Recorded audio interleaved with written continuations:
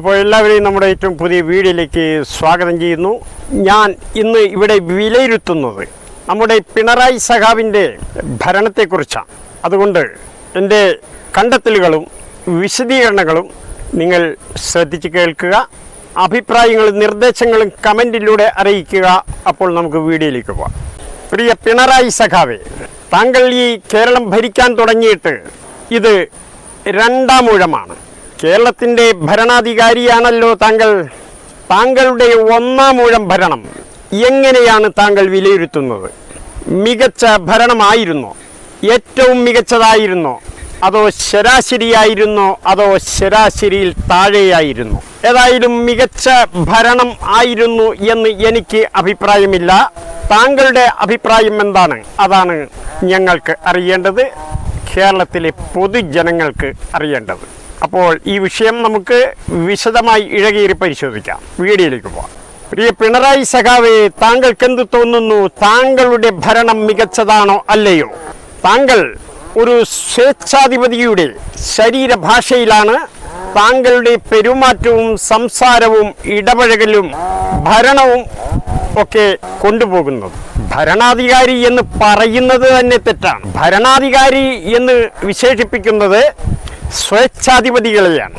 ഇത് ജനാധിപത്യ രീതിയിൽ, ജനാധിപത്യ വ്യവസ്ഥിതിയിൽ തെരഞ്ഞെടുക്കപ്പെട്ട നമ്മുടെ സംസ്ഥാനത്തിൻ്റെ ഒരു കാവൽക്കാരൻ മാത്രമാണ് താങ്കൾ. അതും ലോകം കണ്ട ഏറ്റവും വലിയ ജനാധിപത്യ രാജ്യത്തെ ഒരു കൊച്ചു സംസ്ഥാനത്തിൻ്റെ ഭരണമാണ് താങ്കളുടെ കൈകളിൽ എത്തിയിരിക്കുന്നത്. ഇത് രണ്ടാം ഊഴമാണ്. ഒന്നാം ഊഴം ഭരണത്തിൻ്റെ കാലാവധി കഴിഞ്ഞപ്പോൾ ജനങ്ങൾ വീണ്ടും താങ്കളെ തെരഞ്ഞെടുത്തു. സത്യത്തിൽ അത് വീണ്ടും തെരഞ്ഞെടുക്കാനുള്ള ഒന്നും തന്നെ ഒന്നാം ഊഴത്തിൽ താങ്കൾ ചെയ്തിരുന്നില്ല എന്നുള്ളതാണ് യാഥാർത്ഥ്യം. ജനങ്ങൾക്ക് പറ്റിയ മണ്ടത്തരം. കാരണം ഇന്ന് നടക്കുന്ന സംഭവങ്ങൾ, അല്ലെങ്കിൽ ഭരണാധികാരികൾ ഇന്ന് നടത്തുന്ന സംഭവങ്ങൾ 10 ദിവസം കഴിയുമ്പോൾ ജനങ്ങൾ മറന്നുപോകുന്നു. 10 കൊല്ലം കഴിഞ്ഞാലും മറക്കാത്ത രീതിയിലുള്ള ഒരു വ്യക്തിയാണ് ഞാൻ. അതുകൊണ്ടാണ് വീണ്ടും അധികാരത്തിൽ കയറ്റാനും മാത്രം താങ്കൾ ഈ കേരളത്തിൽ ഒന്നും തന്നെ ചെയ്തിട്ടുണ്ടായിരുന്നില്ല. പിന്നെ എന്തുകൊണ്ടാണ് താങ്കൾ വീണ്ടും അധികാരത്തിൽ വരാൻ കാരണം? അത് മറ്റൊന്നുമല്ല, ഇന്ന് എന്തെല്ലാം തെറ്റുകൾ ചെയ്താലും 10 ദിവസം കഴിയുമ്പോൾ ജനങ്ങൾ മറക്കുകയും തെരഞ്ഞെടുപ്പിനോടടുക്കുമ്പോൾ ഒരു ചെറിയ കിറ്റും പിടിച്ച് വന്നാൽ ജനങ്ങൾ കഴിഞ്ഞതെല്ലാം മറന്നു. ഇപ്പോൾ എന്താണ് കിട്ടിയത്, കൊള്ളാം എന്നുള്ള ഒരു ധാരണയിൽ വീണ്ടും താങ്കൾക്ക് വോട്ട് ചെയ്തു, താങ്കളുടെ മുന്നണിക്ക് വോട്ട് ചെയ്തു. സത്യത്തിൽ വീണ്ടും അധികാരത്തിൽ വരാൻ വേണ്ടി ഒന്നും തന്നെ താങ്കൾ ജനങ്ങൾക്ക് വേണ്ടി ചെയ്തിട്ടില്ല എന്നുള്ളതാണ് യാഥാർത്ഥ്യം. നമ്മുടെ സംസ്ഥാനത്തെ ബഹുഭൂരിപക്ഷം ജനങ്ങളും അന്നന്ന് ജീവിച്ചു പോകുന്ന ജനങ്ങളാണ്. അന്നന്ന് എന്തെങ്കിലും പണി ചെയ്ത് കിട്ടി, അതുകൊണ്ട് തട്ടിമുട്ടിയും ജീവിച്ചു പോകുന്നു. നാളത്തേക്ക് മാറ്റിവെക്കാൻ ഒന്നുമില്ലാത്ത അവസ്ഥയിലുള്ള ജനങ്ങളാണ് നമ്മുടെ കേരളത്തിലേത്. ഈ സാഹചര്യത്തിൽ തെരഞ്ഞെടുപ്പ് അടുക്കുമ്പോൾ ഒരു കിറ്റും പിടിച്ചുകൊണ്ട് താങ്കൾ വരുന്നു. ആ കിറ്റ് കിട്ടുന്നതോടുകൂടി കഴിഞ്ഞതെല്ലാം ജനങ്ങൾ മറക്കുന്നു. കൊള്ളാം, നമുക്ക് ഇതിനു മുമ്പ് ഒരു ഭരണാധികാരിയും ഇത്തരം കിറ്റുകളൊന്നും തന്നിട്ടില്ല. കുറച്ച് അരി, ഉപ്പ്, മുളക്, പഞ്ചസാര ഇതാ കിറ്റിലുണ്ടാകും. ആ കിറ്റിൻ്റെ ബലത്തിലാണ് താങ്കൾ വീണ്ടും അധികാരത്തിൽ കയറിയത്. ഇപ്പോൾ എന്താണ് സംഭവിച്ചിരിക്കുന്നത്? സാധാരണക്കാരന് പുറത്തിറങ്ങാൻ കഴിയുന്നില്ല. സാധാരണക്കാരന് അവന് പണിക്ക് പോയി തിരിച്ച് ഒരു 500 രൂപയായിട്ട് വീട്ടിൽ വന്ന് കയറാൻ പറ്റുന്നില്ല. താങ്കളുടെ പോലീസ് വെളുപ്പാങ്കാലം മുതൽ പാതിര വരെ തെരുവുകളിൽ, വളവുകളിൽ പല വസ്തുക്കളുടെയും മറ പിടിച്ചുകൊണ്ട് കാത്തു നിൽക്കുകയാണ്. ഒരു ഇരുചക്ര വാഹനം വന്നാൽ അവനെ തടുത്തു നിർത്തുക, അവന് പിഴ ഏറ്റവും കുറഞ്ഞത് 500 രൂപ പിഴ എഴുതി കൊടുക്കുക. ഒരു ഇരുചക്ര വാഹനക്കാരന് 7000 രൂപയോളം പിഴ എഴുതി കൊടുക്കുന്നത് കണ്ടുനിന്ന ദൃക്സാക്ഷിയാണ് ഞാൻ.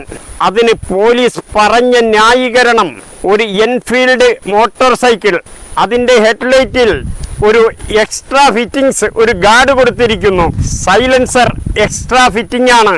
അതുപോലെ തന്നെ 1-2 കാര്യങ്ങൾ അവിടെ ഇവിടെയൊക്കെ ഒരു സ്റ്റിക്കർ ഒട്ടിച്ചിരിക്കുന്നു. അങ്ങനെയൊക്കെ പറഞ്ഞുകൊണ്ട് 7000 രൂപയോളം ഫൈനടിച്ചു കൊടുക്കുന്നത് കണ്ടുനിന്ന ദൃക്സാക്ഷിയാണ് ഞാൻ.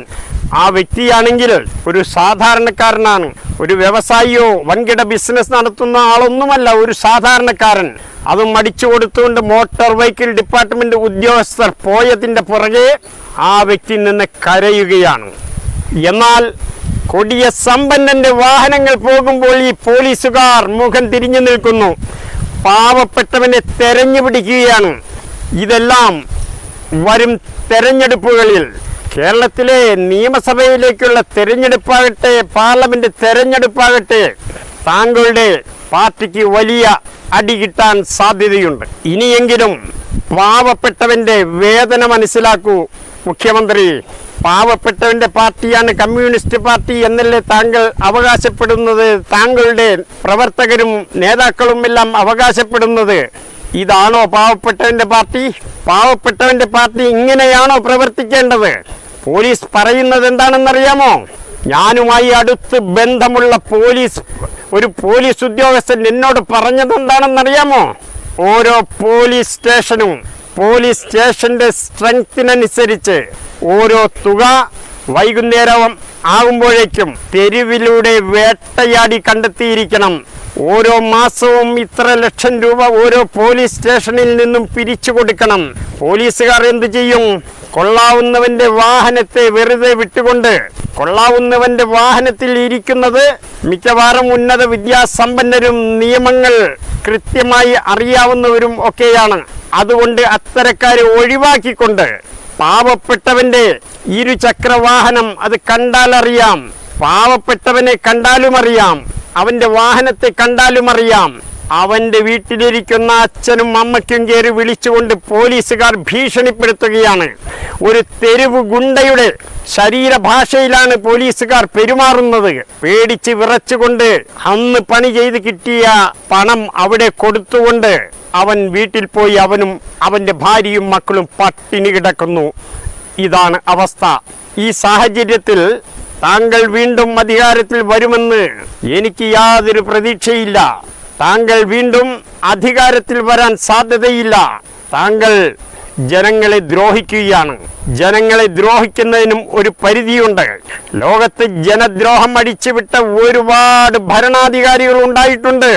അവരെല്ലാം പരാജയത്തിന്റെ കയ്പുനീർ കുടിച്ചുകൊണ്ടാണ് ഈ ഭൂമിയിൽ നിന്നും വിട പറഞ്ഞത് എന്നോർക്കുക. ആയതുകൊണ്ട് താങ്കൾ വീണ്ടും അധികാരത്തിൽ വരണമെങ്കിൽ ഈ നയം മാറ്റുക. ഇന്ത്യയിൽ 3 സംസ്ഥാനത്ത് താങ്കളുടെ പാർട്ടിക്ക് ഭരണമുണ്ടായിരുന്നു. 2 സ്ഥലവും തകർന്നടിഞ്ഞു. ഇനി അവശേഷിക്കുന്നത് കേരളം മാത്രമാണ്. പാവപ്പെട്ടവനെ തെരുവിൽ വേട്ടയാടിയാൽ ഒരുപക്ഷെ താങ്കളുടെ പാർട്ടി തന്നെ ചരിത്രത്തിന്റെ താളുകളിൽ മറഞ്ഞു പോയേക്കാം. അത്ര കണ്ട് ഭീകരതയാണ് പോലീസ് കാഴ്ചവെക്കുന്നത്. അത്തരം പോലീസുകാരെ സർവീസിൽ നിന്നും മാറ്റി നിർത്തുക. മര്യാദയോടുകൂടി അന്തസ്സോടുകൂടി പെരുമാറുന്ന പോലീസുകാരെ സർവീസിലെടുക്കുക. അതുപോലെ തന്നെ ഇത്ര ലക്ഷം രൂപ പിരിച്ചു തരണം എന്നുള്ള തീട്ടൂരം മാറ്റിവെക്കുക. ഇതൊരു ജനാധിപത്യ വ്യവസ്ഥിതി നിലനിൽക്കുന്ന സംസ്ഥാനമാണ്, രാജ്യമാണ് എന്നുള്ളത് മറക്കാതിരിക്കുക. അതുപോലെ തന്നെ പൊതുവിപണിയിലെ നിത്യോപയോഗ സാധനങ്ങളുടെ വില തോന്നിയതുപോലെയാണ്. അതിന് കടിഞ്ഞാണിടാൻ ഒരു സർക്കാർ പ്രതിനിധികളും കൈകടത്തുന്നില്ല, ഇടപെടുന്നില്ല. ഒരു വസ്തുവിന് ഒരു സിറ്റിയിൽ 10 കടയുണ്ടെങ്കിൽ 10 വിലയാണ്, അതും കൊള്ളവിലയാണ്. വിപണി തോന്നിയവർക്ക് തോന്നിയതുപോലെ അഴിഞ്ഞാടുകയാണ്. ഒരു കട നടത്തുന്നവന് എന്തെല്ലാം മാർഗനിർദ്ദേശങ്ങളുണ്ടോ സർക്കാരിന്റെ, ഇതൊന്നും പാലിക്കാതെ നടത്തുന്ന കട ആകപ്പാടെ പാലിക്കുന്നത് വില ഭീകരതയാണ്. വില ഭീകരത ഇവർ അഴിച്ചുവിടുന്നു. ചോദിക്കാൻ ആരുമില്ല. ബന്ധപ്പെട്ട വിപണിയിൽ ഇടപെടാൻ ബന്ധപ്പെട്ട സർക്കാർ സംവിധാനങ്ങൾ ഇടപെടുന്നില്ല. അവർക്ക് കിട്ടേണ്ടത് അവർ ഇരിക്കുന്നിടത്ത് എത്തുന്നു. അതുകൊണ്ട് അവർ ഇടപെടുന്നില്ല. ജീവിക്കാൻ അനുവദിക്കൂ, അല്ലെങ്കിൽ ഞങ്ങളെയെല്ലാം ഒറ്റയടിക്ക് കൊന്നുകളയൂ സഖാവേ. തൽക്കാലം ഇത്രമാത്രം പറഞ്ഞുകൊണ്ട് ഞാൻ അവസാനിപ്പിക്കുന്നു. എന്നെ ശ്രവിച്ച എല്ലാവർക്കും എൻ്റെ വലിയൊരു സലാം.